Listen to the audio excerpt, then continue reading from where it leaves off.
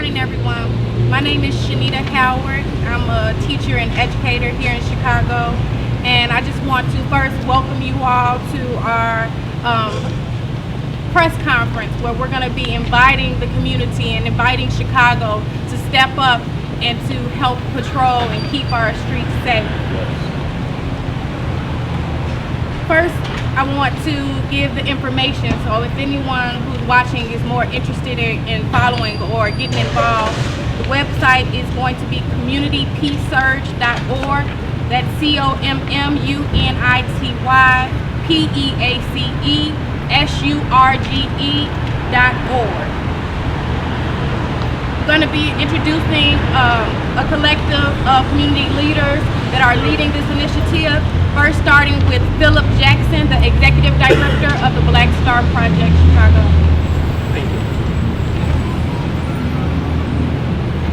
you. Good morning, ladies and gentlemen. We are here today to offer our support to the City of Chicago and the Chicago Police Department, especially during the coming Labor Day weekend. The Fraternal Order of Police is encouraging officers not to accept overtime over that weekend. This will mean that the communities who need good policing most will not be getting that policing. This has not been a good week for the Chicago Police Department. 96 shootings, 19 killed. This has not been a good month for the Chicago Police Department. 422 shootings, 65 killed. This has not been a good year for the Chicago Police Department. 2,414 shootings, 364 killed. The Chicago Police Department needs our help. So today, we are here to offer our help. We have community organizations from the 10 communities that are the most crime-ridden, the most violent communities in the city. We have organizations on the ground who are already doing the work. Obviously, the old police strategies do not work in modern Chicago. They can't work. The University of Chicago Crime Lab estimates that each shooting cost our society $1 million. So last week, with about 100 shootings, the city lost $100 million. The question is there a better way to spend that money? And we say yes. Invest in the community. We want to layer resources in those communities, these communities, the communities that need it most, and we will transform those communities.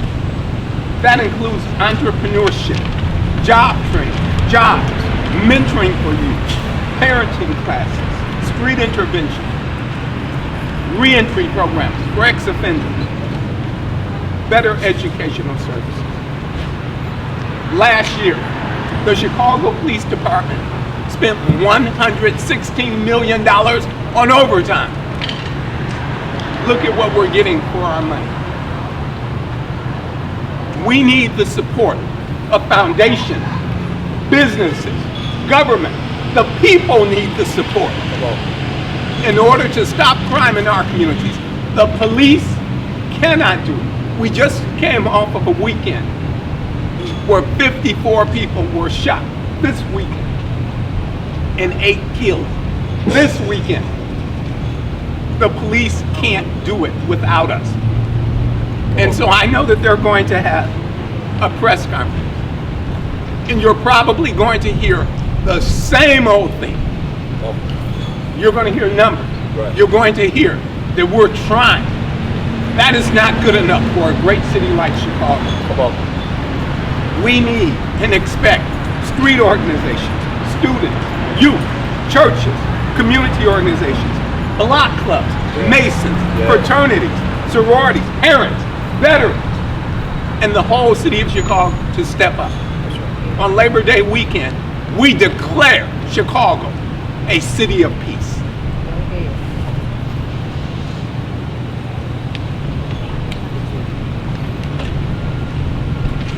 Again, we're here calling on everyone to get involved.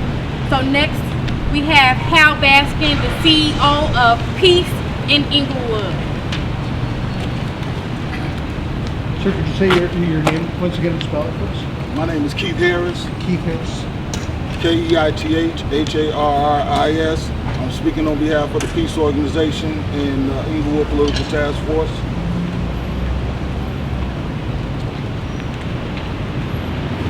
You got the spelling? Yes, over. Okay.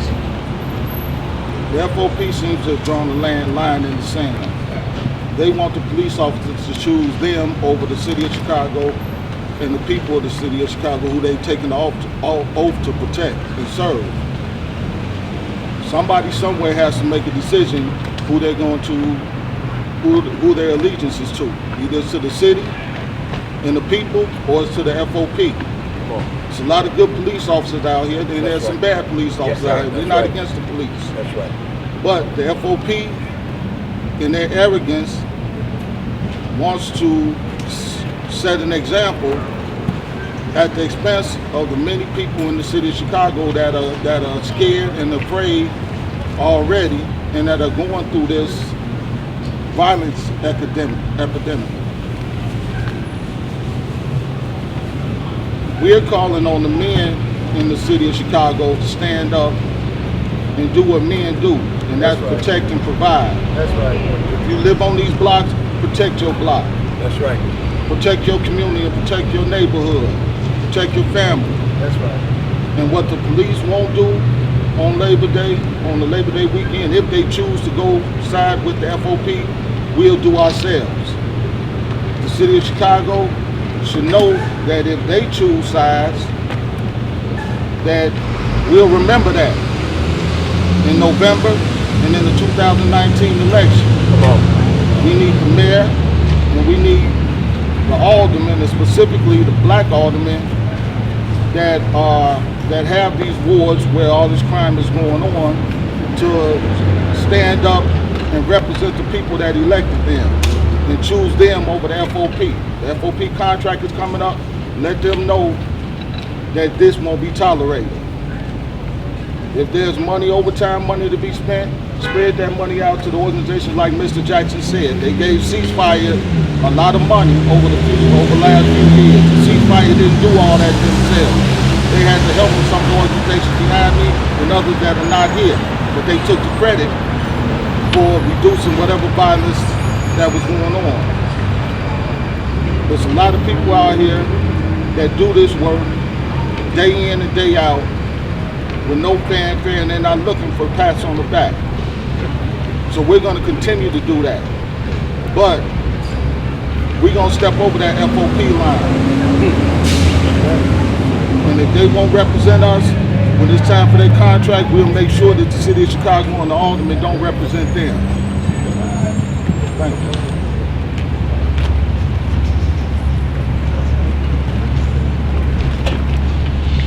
We are all impacted by the violence in Chicago. We're all impacted by the crime in Chicago. We're coming together because we are trying to bring people together, because we are all impacted. That's right. With that, I bring Ashley Russell, an executive board member of the Roosevelt University Black Student Union.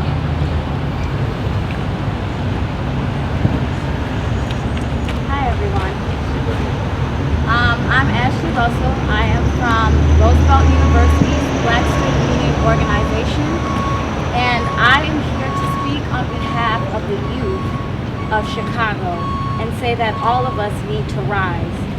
Not only am I speaking on the youth, I'm speaking to them as well. And I think that it is very important for all the Black Student Union organizations of Illinois, as well as the Greek organizations, Sigma Gamma Rho, Alpha Phi Alpha, Delta Theta Sigma, to all come together and rise. I think that all of us as a youth should be apart with the police officers. It should not be a segregation. We should all be coming together. I think that it is very important for us to be one as a union.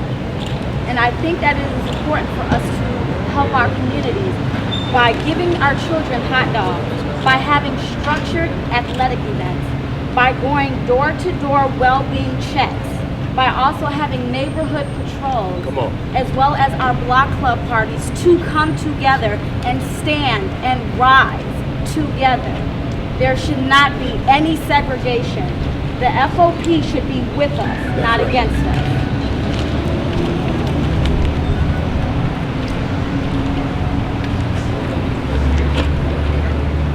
Part of making our communities a safe place to live is keeping our communities clean, keeping our communities welcoming, keeping our communities healthy. And with that, I want to invite Brother Sel Dunlap, the CEO of the Campaign Against Filth and Fear. I've been asked today, why am I here? My simple response has been that I'm here to represent Martin Luther King, who said that if sweeping streets be your lot, be the best street sweeper in the world. I'm Chicago's best street sweeper because my cleansing process doesn't involve just the physical application of cleaning up. It starts from the inside out.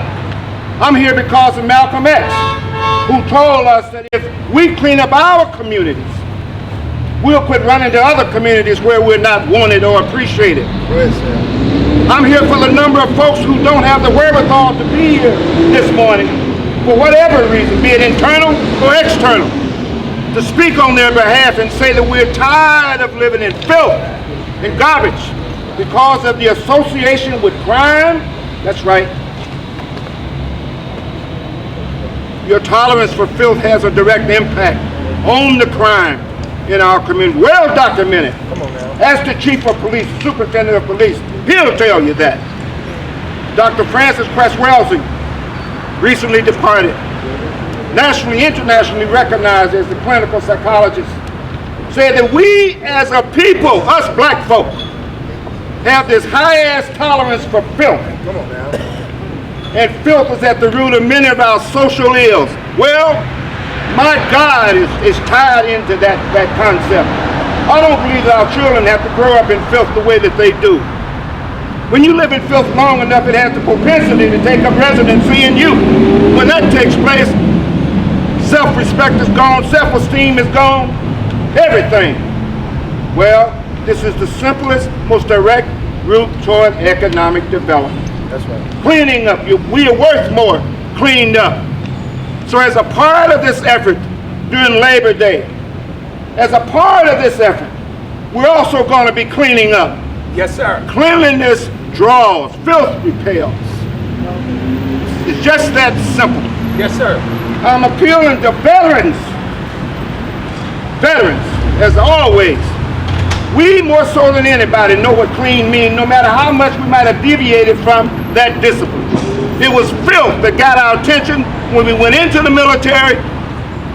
I'm sorry, it was cleanliness because the military did not tolerate filth. I'm saying we can do the same thing now in terms of helping our community. Yes, sir. Yes, sir. Again, we are asking because we want to work in partnership with the police to keep our communities safe and clean. We want to work in partnership with all those that are interested and dedicated to making these communities better. With that, I would like to introduce Brother Nkrumah English of the Black United Fund of Illinois. Good morning. Could you spell your first name for us? N-K-R-D-M-A-H.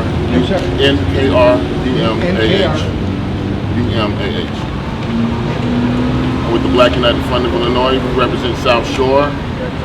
Basically, we're here with the coalition to reach out to the city of Chicago, to provide more resources in these communities, to get these kids off the streets, to get them the jobs and the resources they need to have a better and brighter future. Without that, the killing is going to keep on going. This is not just a neighborhood problem, this is a city problem. And the city has to come together to help each other. Thank you.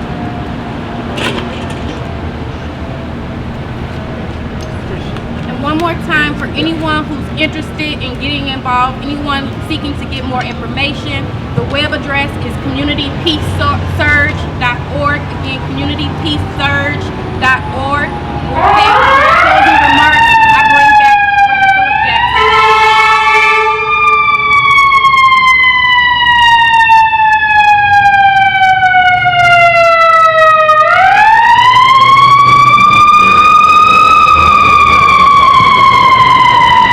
And so Labor Day is coming.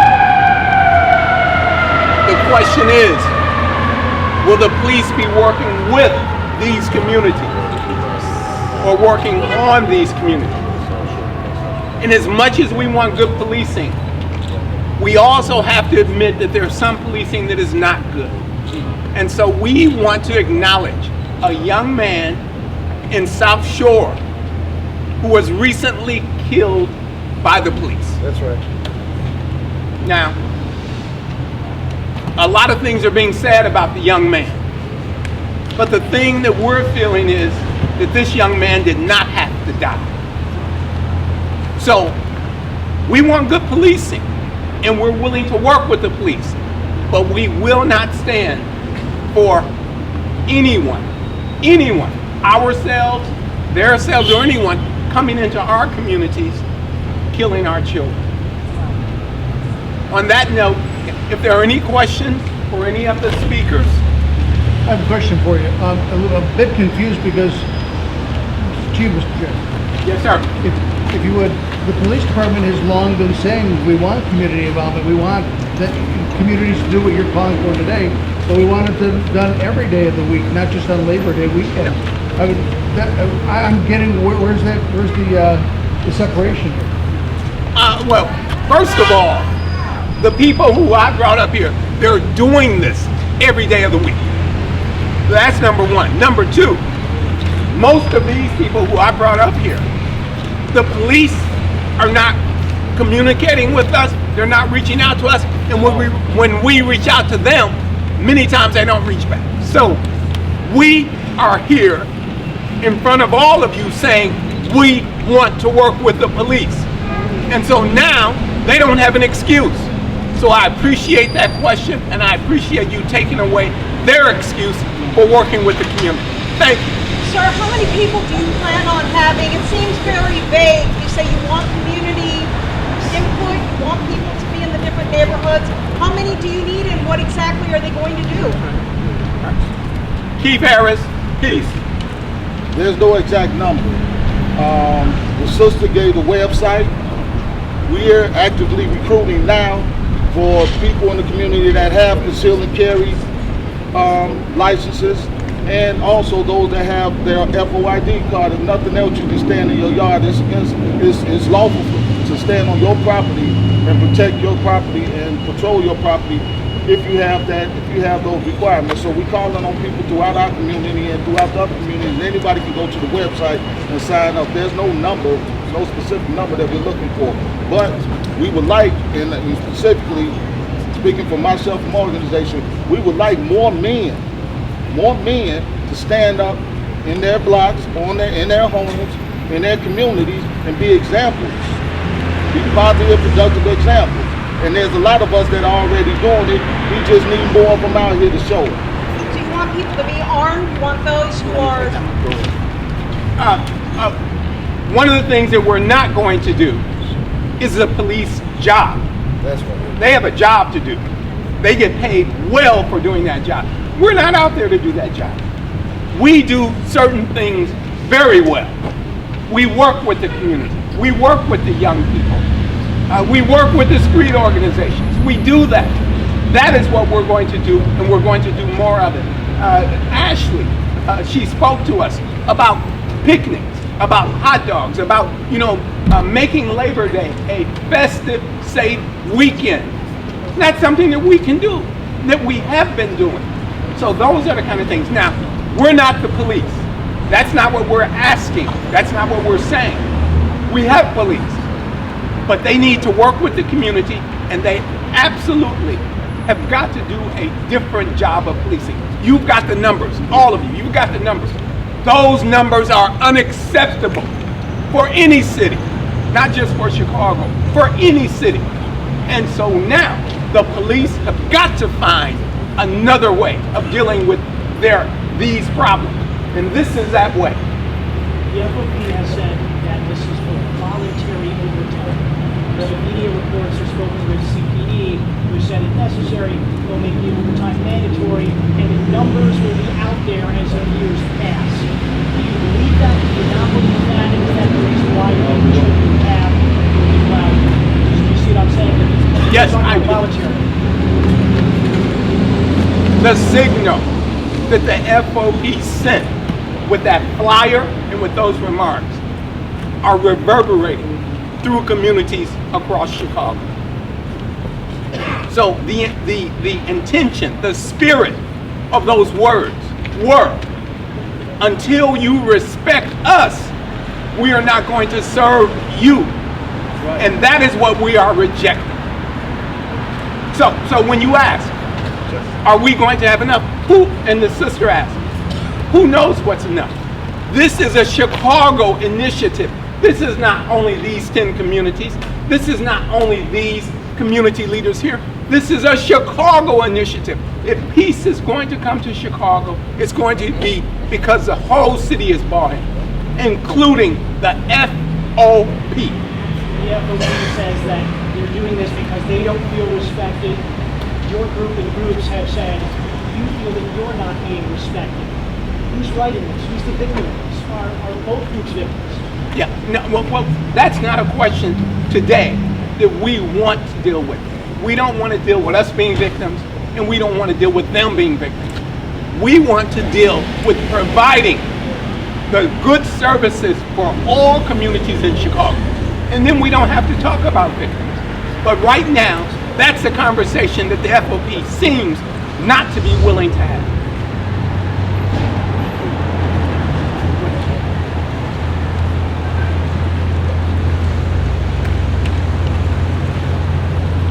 Is there a concern by holding this news conference and holding the FOP accountable for that flyer that tensions will tighten between the police and community members already intense? First of all, you're thinking that they might get worse than what they are?